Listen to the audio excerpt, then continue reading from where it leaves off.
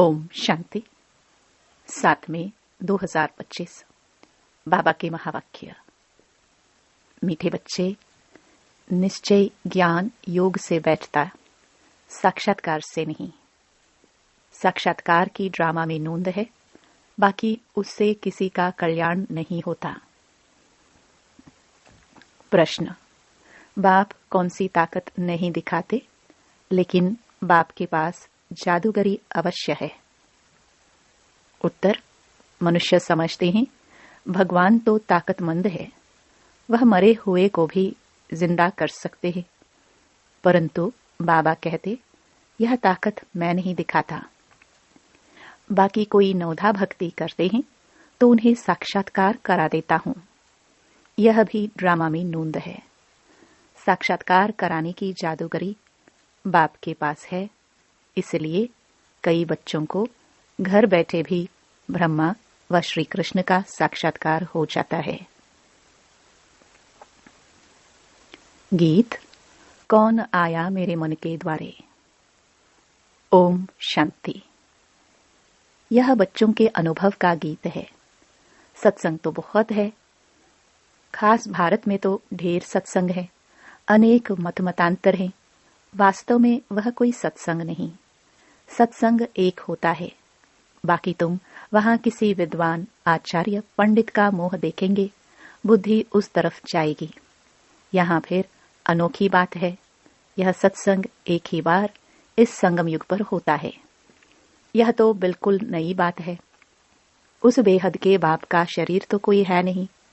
कहते हैं मैं तुम्हारा निराकार शिव बाबा हूं। तुम और सत्संगों में जाते हो तो शरीरों को ही देखते हो। शास्त्र याद कर फिर सुनाते हैं। अनेक प्रकार के शास्त्र हैं, वह तो तुम जन्म जन्मांतर सुनते आए हो।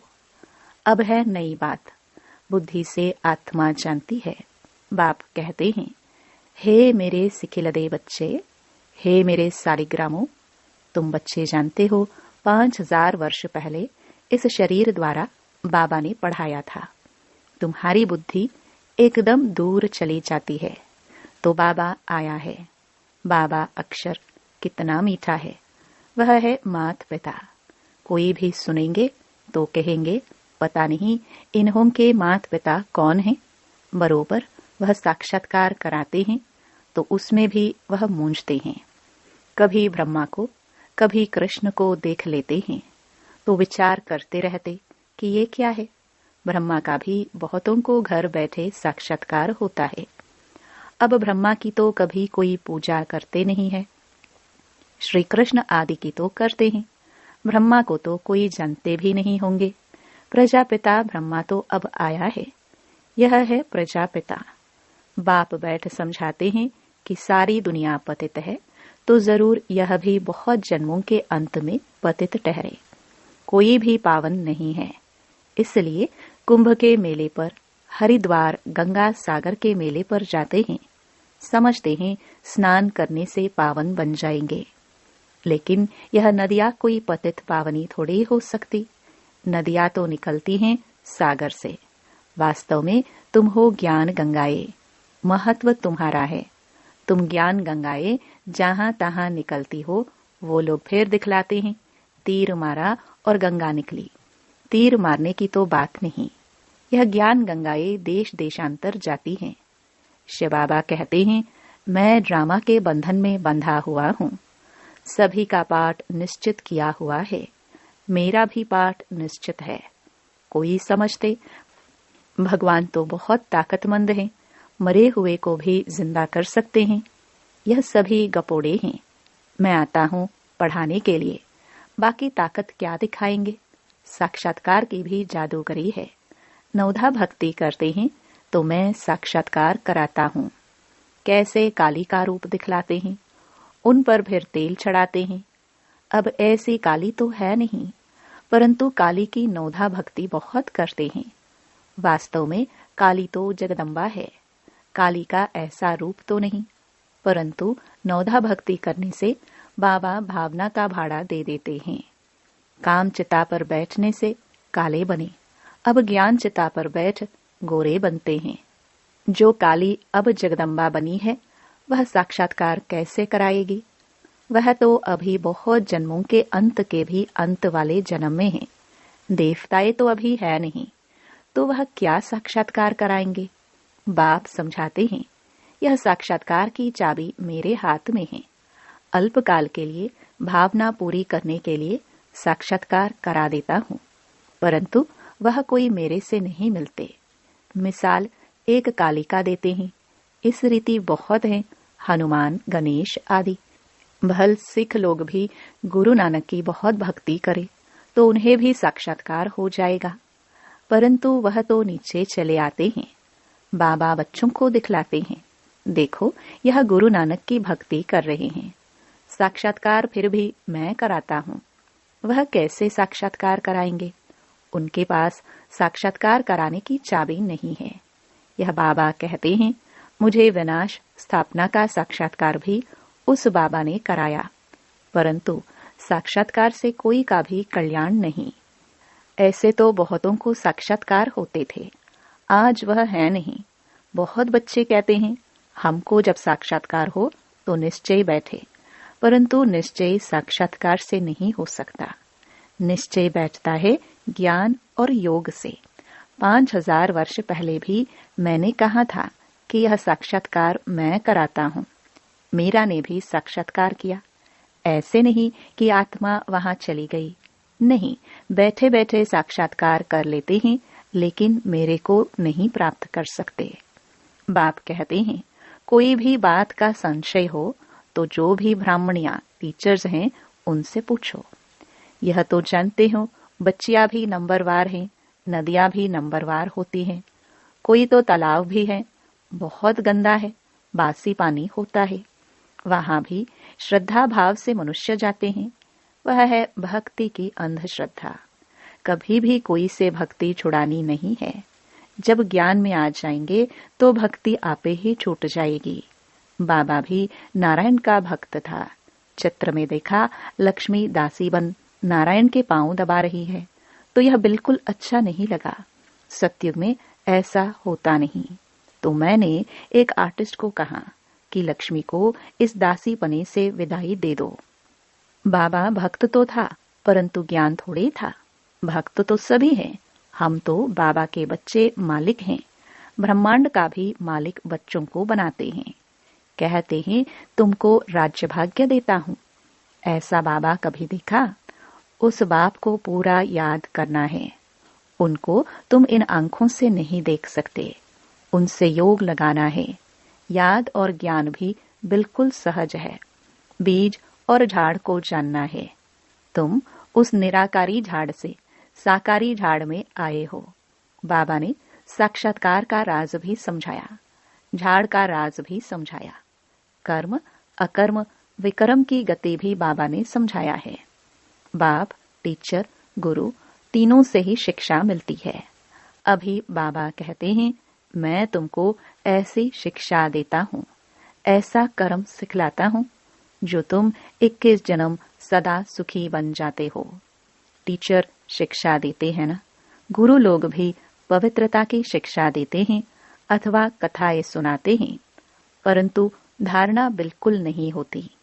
यहाँ तो बाप कहते हैं, अंतमति सो गति होगी। मनुष्य जब मरते हैं तो भी कहते हैं, राम राम कहो तो बुद्धि उस तरफ चली जाती है। अभी बाप कहते हैं, तुम्हारा साकार से योग छूटा। अब मैं तुमको बहुत अच्छे कर्म सिखलाता हूँ। श्री कृष्ण का चित्र देखो, पुरानी दुनिया को लात मारते और नई दुनिया में आते हैं। तुम भी पुरानी दुनिया को लात मार नई दुनिया में जाते हो। तो तुम्हारी नरक के तरफ है लात, स्वर्ग तरफ है मोह। शमशान में भी अंदर जब घुसते हैं तो मुर्दे का मोह उस तरफ कर लेते हैं, लात पिछाड़ी तरफ कर लेते हैं। तो यह चित्र भी ऐसा बनाया है। मम्मा बाबा और तुम बच्चे। तुमको तो मम्मा बाबा को फॉलो करना पड़े जो उनकी गद्दी पर बैठो। राजा के बच्चे प्रिंस प्रिंसेस कहलाते हैं ना। तुम जानते हो हम भविष्य में प्रिंस प्रिंसेस बनते हैं। ऐसा कोई बाप, टीचर, गुरु होगा जो तुमको ऐसा कर्म सिखलाए। तुम सदा काल के लिए सुखी बनते हो। यह शिव बाबा का वर है, वह आशीर्वाद करते हैं। यह नहीं हमारे ऊपर उनकी कृपा है। सिर्फ कहने से कुछ नहीं होगा, तुमको सीखना होता है। सिर्फ आशीर्वाद से तुम नहीं बन जाएंगे, उसकी मत पर चलना है, ज्ञान और योग की धारणा करनी है। बाप समझाते हैं कि मुख से राम राम कहना भी आवाज हो जाता। तुमको तो वाणी से परे जाना है, चुप रहना है। खेल भी बहुत अच्छे अच्छे निकलते हैं। अनपढ़े को बुद्धू कहा जाता है। बाबा कहते हैं कि अब सभी को भूलकर तुम बिल्कुल बुद्धू बन जाओ। मैं जो तुमको मत देता हूँ उस पर चलो। परम धाम में तुम सभी आत्माएं बिना शरीर के रहती हो, फिर यहाँ आकर शरीर लेती हो, तब जीव आत्मा कहा जाता है। आत्मा कहती है मैं एक शरीर छोड़ दूसरा लेती हूँ। तो बाप कहते मैं तुमको फर्स्ट क्लास कर्म सिखलाता हूँ, टीचर पढ़ाते हैं। इसमें ताकत की क्या बात है? साक्षात्कार कराते हैं, इसको जादूगरी कहा जाता है। मनुष्य से देवता बनाना, ऐसी जादूगरी कोई कर ना सके। बाबा सौदागर भी है, पुराना लेकर नया देते हैं। इनको पुराना लोहे का बर्तन कहा जाता है। इनका कोई मूल्य नहीं है। आजकल देखो तांबे के भी पैसे नहीं बनते, वहां तो सोने के सिक्के होते हैं। वंडर है ना, क्या से क्या हो गया है। बाप कहते हैं मैं तुमको नंबर 1 कर्म सिखलाता हूँ। मन मनाभव हो जाओ। फिर है पढ़ाई, जिससे स्वर्ग का प्रिंस बनेंगे। अभी देवता धर्म जो प्रायलोप हो गया है, वह फिर से स्थापन होता है। मनुष्य तुम्हारी नई बातें सुनकर वंडर खाते हैं। कहते हैं कि स्त्री पुरुष दोनों ही इकट्ठे रह पवित्र रह सके, यह कैसे हो सकता? बाबा तो कहते भल इकट्ठे रहो, नहीं तो मालूम कैसे पड़े।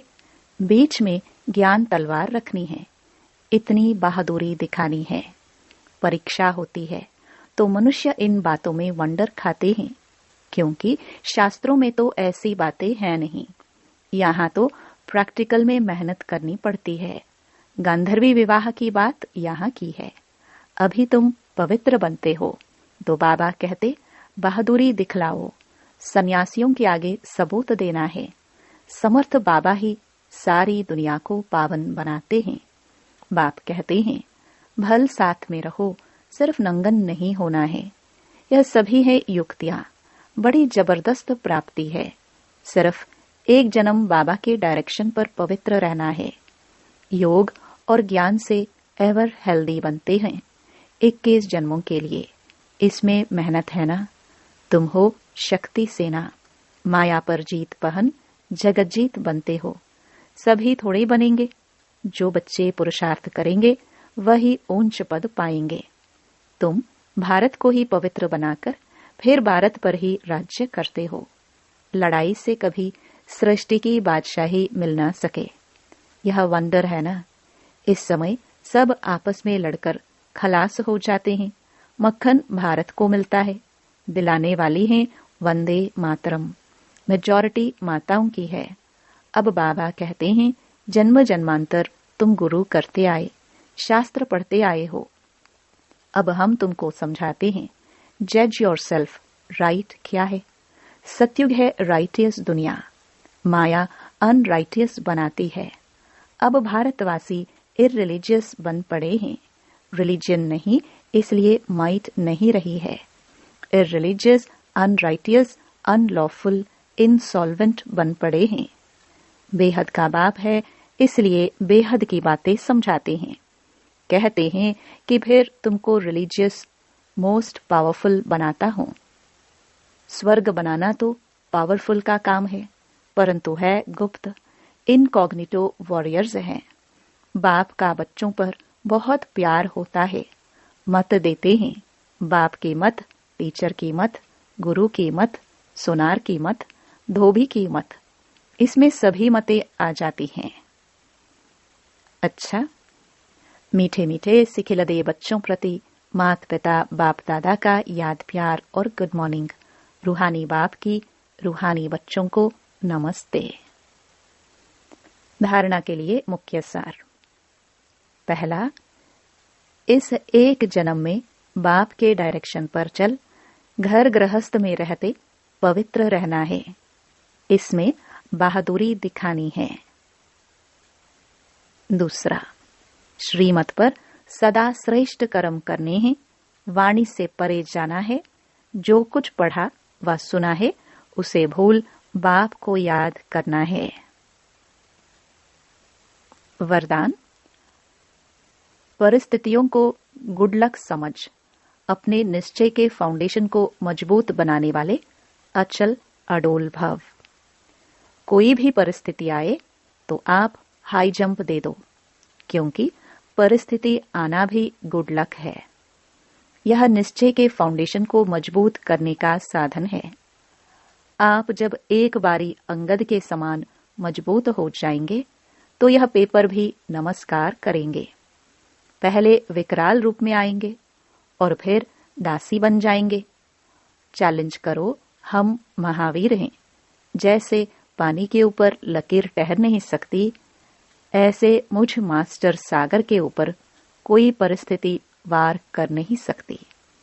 स्वस्थिति में रहने से अचल अडोल बन जाएंगे। स्लोगन, पुराने वर्ष को विदाई देने के साथ साथ कड़वेपन को भी विदाई दे दो। अव्यक्त इशारे, रूहानी रॉयल्टी और प्योरिटी की पर्सनालिटी धारण करो।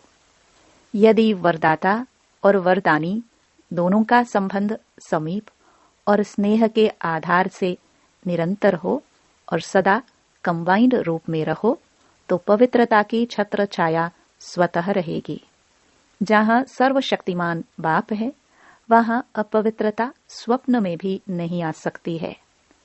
जब अकेले होते हो तो पवित्रता का सुहाग चला जाता है। ओम शांति।